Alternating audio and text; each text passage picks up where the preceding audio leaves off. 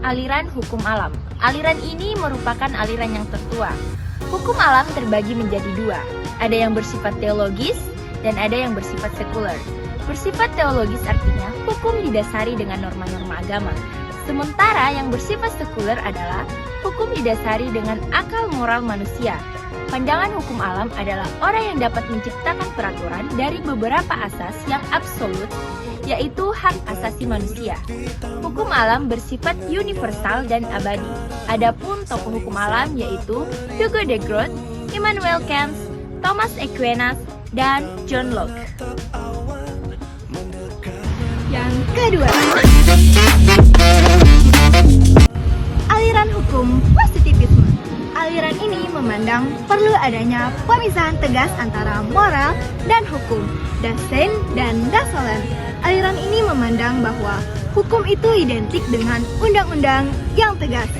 Ada dua tokoh hukum aliran positivisme, yaitu John Austin dan Hans Kelsen. Menurut John Austin, hukum adalah perintah dari penguasa.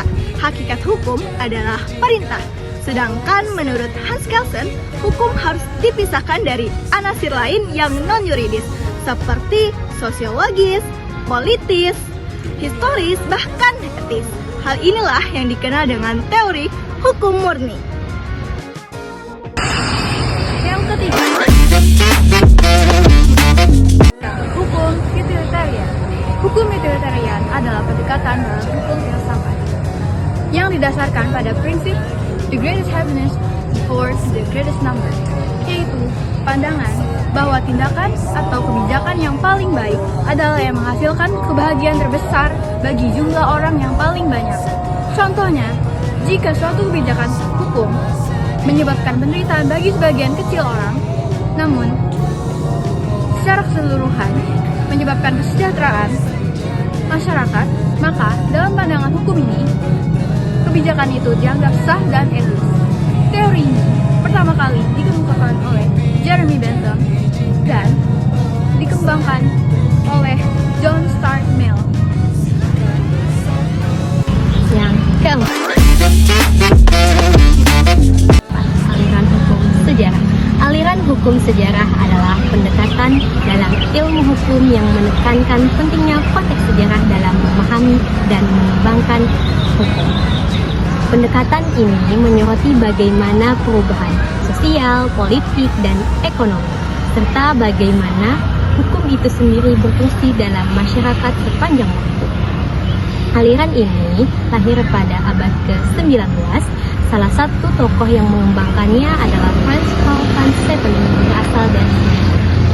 Menurut mazhabnya, hukum sejarah, hukum merupakan ekspresi dan kesadaran masyarakat.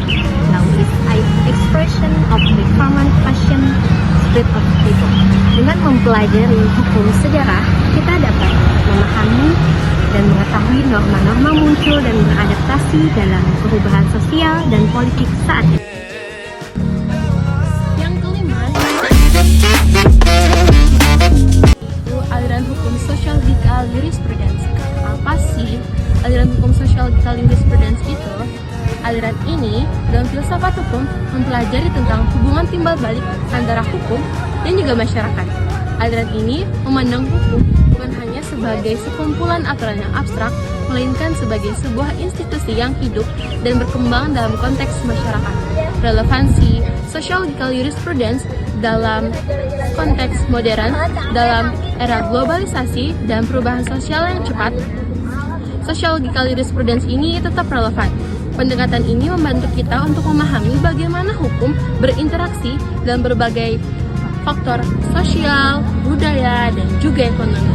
Selain itu, sociological jurisprudence juga memberikan kerangka berpikir untuk melakukan reformasi hukum dan mengatasi tantangan-tantangan hukum yang terjadi dalam masyarakat modern. Berikut beberapa tokoh yang dianggap sebagai pelopor dalam aliran hukum sociological jurisprudence.